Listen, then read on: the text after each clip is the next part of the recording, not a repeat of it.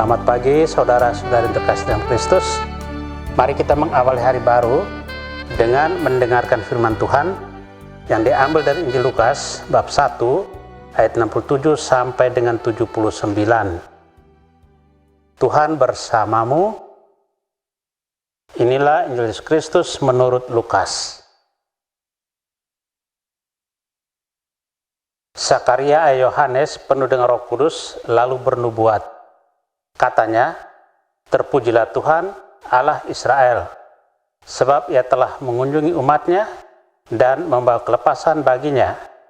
Ia menumbuhkan sebuah tanduk keselamatan bagi kita di dalam keturunan Daud hambanya, seperti yang telah difirmankannya sejak purbakala lewat mulut nabi-nabinya yang kudus, untuk melepaskan kita dari musuh-musuh kita dan dari tangan semua orang yang membenci kita, untuk menunjukkan rahmat-Nya kepada nenek moyang kita dan mengingat akan perjanjiannya yang kudus, yaitu sumpah yang diucapkannya kepada Abraham, bapa leluhur kita, bahwa ia mengaruniai kita supaya kita terlepas dari tangan musuh, dapat beribadah kepadanya tanpa takut dalam kekudusan dan kebenaran di hadapannya seumur hidup kita.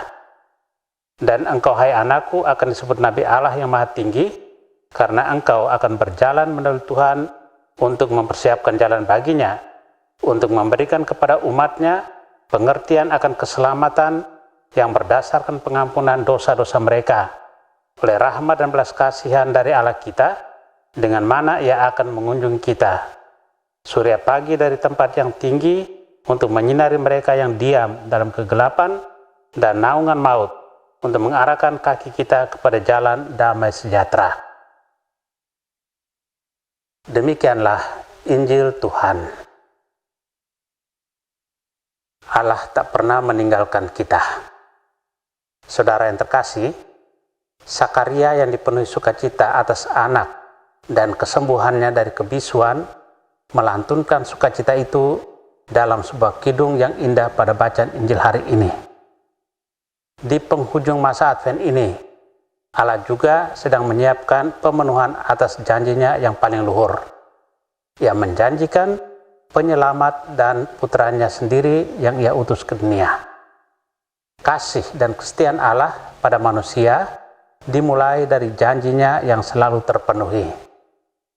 Dari kejatuhan, tobat telah menghantar Sakaria kepada pemulihan martabatnya. Tuhan mengganjari Sakaria dengan beberapa karunia atas perjalanan iman ini. Pertama, sebagai suami Elizabeth, ia mengalami kepenuhan peranan sebagai orang tua karena seorang anak telah lahir.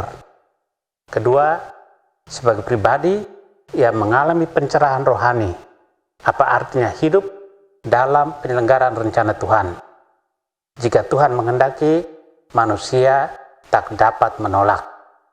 Ketiga, sebagai orang beriman yang menyaksikan tanda-tanda pemenuhan janji keselamatan Allah.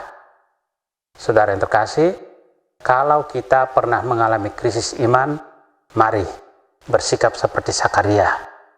Sadari diri sebagai orang berdosa dan bertobat.